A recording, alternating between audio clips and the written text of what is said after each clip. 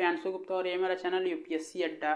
तो आज मैं इस चैनल पे आपको बताने वाला हूँ नेशनल इनकम के बारे में, नेशनल इनकम अकाउंटिंग के बारे में, significance of national income accounting कि नेशनल इनकम अकाउंटिंग क्यों निकाला जाता है, इसका क्या क्या महत्व है, और इसके साथ ही मैं आपको बताऊंगा कि नेशनल इनकम को कौन कौन से फैक्टर अफेक्ट करते हैं। इससे पहले मैंने नेशनल इनकम के ऊपर एक और वीडियो बनाया था जिसमें मैंने जीडीपी, जीएनपी, एनएनपी और एनडीपी को समझाया था। तो मैंने उस वीडियो का लिंक डिस्क्रिप्शन में दिया हुआ है, आप वहाँ से जाके उसको देख सकते हैं। तो चलिए आइए जानते हैं। सबसे पहले नेशनल इनकम।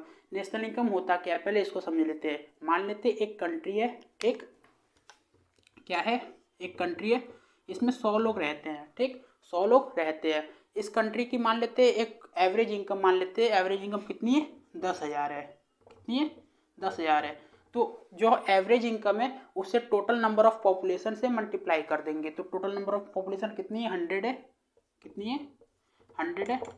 कितना आएगा, 10,000 मल्टीप्लाई 100 करेंगे तो 10 लाख आएगा।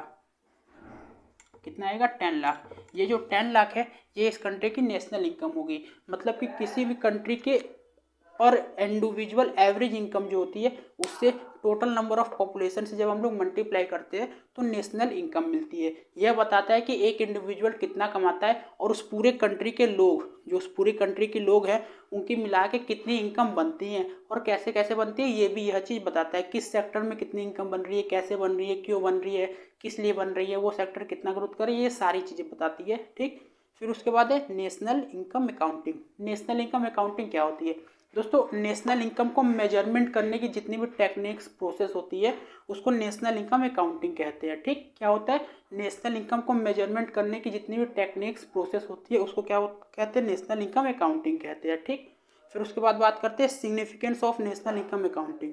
तो आप बोलोगे ना कि सर ये सारी चीज़ें करने की ज़रूरत क्या है, क्या ज़रूरत है कि हम लोग नेशनल इनकम अकाउंटिंग करते हैं, नेशनल इनकम को निकालते हैं, ठीक, क्यों निकालते हैं? तो आइए समझते हैं। तो सबसे पहले इंटरनेशनल कंपैरिजन। इंटरनेशनल कंपैरिजन से यहाँ पे मतलब है कि आपने सुना होगा कि भारत की जीडीपी जो है वो 2.8 ट्रिलियन के अराउंडेड है, अमेरिका की जो है वो 20 ट्रिलियन के अराउंडेड है। तो ये सारे कैसे हो जाती है, ये सारी इंटरनेशनल कंपैरिजन होती है कि वो बताती है कि हर साल किसी कंट्री में कितना ग्रोथ हो रहा है, कितना डेवलपमेंट हो रहा है, कैसे हो रहा है, किस सेक्टर में ज़्यादा हो रहा है, किस सेक्टर में कम हो रहा है ना। ये सारी चीज़ें इंटरनेशनल कंपेयर करती है, उसी के लिए हम लोग नेशनल इनकम अकाउंटिंग बनाते हैं, ठीक। फिर उसके बाद है business decision in various sectors, ठीक। तो ये एक फैक्ट मैं आपको बता रहा हूँ, हमारे देश में तकरीबन 60 to 65% की जो पॉपुलेशन है वो एग्रीकल्चर से अपनी इनकम अर्न करती है, एग्रीकल्चर सेक्टर में वर्क करती हैं। लेकिन एग्रीकल्चर सेक्टर जीडीपी में केवल 17% जो है वो हिस्से अपने पार्टिसिपेंट्स देता है। मतलब वो 17% ही केवल हमारी पूरी जीडीपी का है, केवल 17%। तो हर साल आप देखते होंगे कि गवर्नमेंट अलग अलग स्कीम निकालती है एग्रीकल्चर सेक्टर के लिए। वो क्यों निकाल पाती है? वो इसलिए निकाल पाती है क्योंकि वो जानती है कि एग्रीकल्चर सेक्टर जो है वो काफ़ी पिछड़ा सेक्टर है और इसमें हमारी देश के जो 60 to 65% पीपल हैं वह अपने मतलब इससे रोजी रोटी कमाते हैं। तो उस वहाँ पे वो नेशनल इनकम निकाल के बिजनेस डिसीजन लेती है कि हाँ एग्रीकल्चर सेक्टर के लिए प्रॉपरली यहाँ पे एक्सपेंस करने की ज़रूरत है, यहाँ पे पैसे लगाने की ज़रूरत है, इन्वेस्टमेंट की ज़रूरत है। तो बिजनेस डिसीजन भी करती है नेशनल इनकम निकाल के अलग अलग सेक्टर से गवर्नमेंट, और कई सारी अलग अलग कंपनियाँ, और ये अलग अलग इंडिविजुअल के लिए भी वर्क करता है, ठीक। फिर उसके बाद है पॉलिसी फॉर्मुलेशन एंड इवेल्युएशन। तो अलग अलग सेक्टर्स के लिए गवर्नमेंट पॉलिसी बनाती है, उसको इवेलुएट करती है, उस पॉलिसी में क्या क्या इश्यूज है, क्या क्या उसको दिक्कतें हैं, क्या उसको कैसे दूर कर सकते हैं, उसके लिए और क्या इनिशिएटिव कर सकते हैं, ये सारी गवर्नमेंट नेशनल इनकम अकाउंटिंग के थ्रू ही करती है। जब नेशनल इनकम अकाउंटिंग कर लेती है, जीडीपी, जीएनपी, ये सारी चीज़ें निकाल लेती है अलग अलग सेक्टर्स की या पूरे एक कंट्री की, तो फिर अलग अलग सेक्टर्स के लिए या फिर पूरे कंट्री के लिए पॉलिसी फॉर्मुलेट करती है और उसको इवेलुएट भी करती है। बाद है annual budget of central government. तो गवर्नमेंट जो है वो नेशनल इनकम अकाउंटिंग इसलिए भी करती है ताकि वो अपना एनुअल बजट बना सके कि किस किस सेक्टर को कितना पैसे इन्वेस्ट करने हैं। हेल्थ सेक्टर में है तो हेल्थ सेक्टर में कितना पैसा एक्सपेंस कितना करना है, कितने परसेंट बजट का एलोकेट करना है, या फिर मिलिट्री है तो मिलिट्री में कितना एलोकेट करना है, एजुकेशन सेक्टर तो एजुकेशन में कितना एलोकेट करना है, एग्रीकल्चर में तो एग्रीकल्चर में क्या करना है। तो ये सारी चीज़ें मतलब बजट बनाने का भी काम नेशनल इनकम अकाउंटिंग के थ्रू होता है या नेशनल इनकम अकाउंटिंग के मदद से किया जाता है। फिर उसके बाद है नेशनल स्टैटिस्टिक्स। नेशनल स्टैटिस्टिक्स का मतलब है कि पूरा क्लियर व्यू देता है नेशनल इनकम अकाउंटिंग, जो पूरे देश की कंडीशन है डेवलपमेंट में, ग्रोथ में, या अलग अलग जो भी सारी चीज़ें, उसका पूरा क्लियर स्टैटिस्टिक्स हमें प्रदान करता है नेशनल इनकम अकाउंट। तो आइए दोस्तों, जो मैंने आपको समझाया है उसको एक बार फिर से देख लेते हैं। ठीक, नेशनल इनकम क्या होता है? किसी भी कंट्री की जो एवरेज पर पीपल इनकम होती है उससे पूरे पॉपुलेशन से मल्टीप्लाई करने पे हमारा नेशनल इनकम निकल जाता है। ठीक, नेशनल इनकम होता क्या है? नेशनल इनकम किसी कंट्री की इनकम को बताते हैं कि उस कंट्री के लोग या उस कंट्री की जो पूरी इनकम है वो टोटल कितनी है। फिर उसके बाद नेशनल इनकम अकाउंटिंग था। नेशनल इनकम अकाउंटिंग क्या होता है? नेशनल इनकम को मेजरमेंट करने के सारे टेक्निक्स और प्रोसेस जो होते हैं उन्हीं को हम लोग नेशनल इनकम अकाउंटिंग करते हैं। ठीक, फिर आप पूछेंगे कि इसका महत्व क्या होता है, इसका क्या क्या सिग्निफिकेंस होता है, क्यों ये किया जाता है। तो सबसे पहला मैंने बताया था आपको, इंटरनेशनल कंपेयर करने के लिए, अलग अलग देशों की जीडीपी को कंपेयर करने के लिए, अलग अलग सेक्टर्स की ग्रोथ को मेजरमेंट करने के लिए, सारी चीज़ें के लिए, मतलब इंटरनेशनली कंपेरिजन करने के लिए भी हम लोग नेशनल इनकम अकाउंटिंग करते हैं। फिर उसके बाद अलग अलग सेक्टर्स के लिए, बिजनेस डिसीजन के लिए भी हम लोग नेशनल इनकम अकाउंटिंग करते हैं। किस सेक्टर को ओवरऑली क्या क्या जरूरत है, उसमें क्या क्या इशू है, क्या क्या उसमें होने चाहिए। ठीक, फिर उसके बाद पॉलिसी बनाने के लिए और उसको उस पॉलिसी को इवेलुएट करने के लिए भी नेशनल इनकम अकाउंटिंग की जाती है। फिर उसके बाद एनुअल बजट भी बनाने के लिए, या ये हम ये भी कह सकते हैं कि नेशनल इनकम अकाउंटिंग जो है वो एनुअल बजट का बेस होता है, पिलर होता है।